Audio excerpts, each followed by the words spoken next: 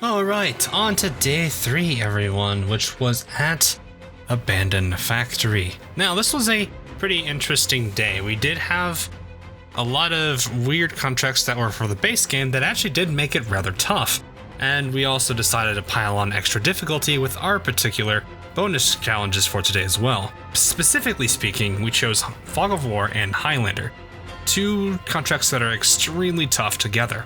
For those that aren't entirely sure, Fog of War means that we only have a few tiles to work with, specifically the vents, and Highlander forces it to where you can only use one of each class at any time. The enemies overall today weren't really that powerful, save for, I guess, the Avengers, who were just these absolute tank monsters that also decked people. Ugh. Combine that with a reduced squad size and a whole bunch of things from SP to DP reduction rates. Ugh. Not a fun day exactly. I will at least admit that this is not the highest possible base risk that I could have achieved. I did not take the SP regen down, and I also waived the attack down on us as well. I don't think I had the operators nor the masteries for it, specifically. So that's why I kind of waived those in particular. Now, going into this, I felt that the only way I'd really be able to pull this off, given my particular roster lineup, was to take advantage of Weedy and try to hold off the Avengers as long as I can to give Weedy the chance to constantly blast them into the top left. This is kind of the meta strategy, but without Liskarm there to give the SP like crazy, you kinda are gonna have to rely on what you can do to get away with it. In a way, it was stalling, but I didn't have as much slows and stuns in play.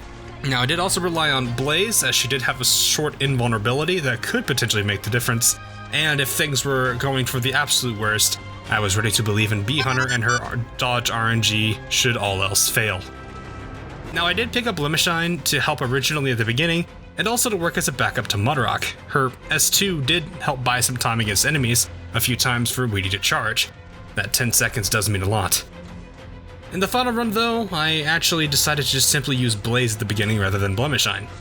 Next came the supports for Weedy, aka just Angelina. Gonna have to make Weedy's yeet really powerful. And lastly, to help with support and also doing some mob control as well as decent damage against the Avengers, I did use Cal with her Monst3r to also help out. That A-res and 600-700 defense means absolutely nothing to true damage, so why not? Anyway, now with Blaze down, I needed to get some control on the mobs before she would get overwhelmed. This was originally where Limishine came in, but this was later changed in for Mudrock. The main reason being that when I was trying out a lot of positions and directions for Monst3r, one of the ones I ended up sticking with for the rest of the time ended up blocking the mobs from Limishine, meaning that she would never be able to charge her skill. This is part of the reason why I opted for Mudrock instead. With Monst3r exposed and off of the vent tiles because they are a summon, Faust would always be targeting them, and even with the radar guy exposing the rest of the team. This did make things a little bit dicey when Monst3r had to deal with damage from his blocks as well as Faust. There were a few times Monst3r would get eliminated, though hilariously enough, the timings worked really well in that situation. Anyway, with Weedy in position and ready, the first Avenger came around. And now the hard part.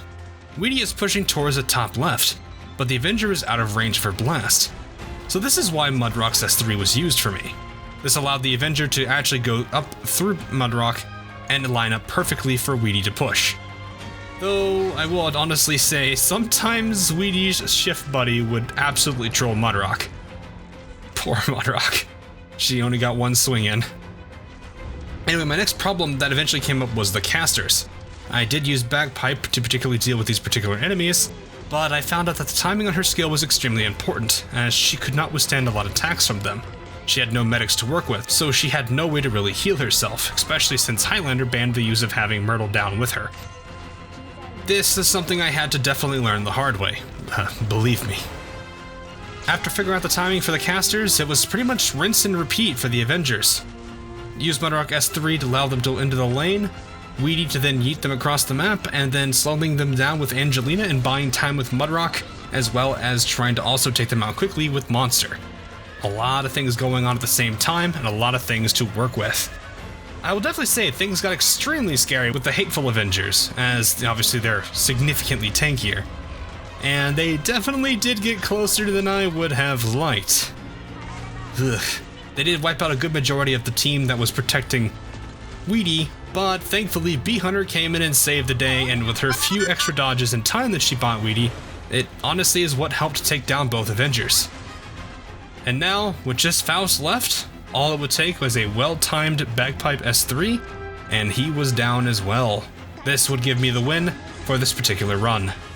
Sadly, I was a little too tunnel visioned to really focus on executing fire with fire, so only Fog of War and Highlander were done this time, along with a low base risk of 10. That said, I hope you guys did enjoy this particular run of mine, even if it may not have been the highest possible risk ever. You could probably tell in the score screen here that you can see I don't have a lot of masteries. Don't worry, it's getting there. But that is going to be all for this particular daily run. Hopefully you guys did enjoy this short video, and I will see you guys again for the next daily of mine that I have performed. Whether you are a regular viewer or a patron supporting the channel on Patreon, thanks for watching, and I will see you guys all again real soon.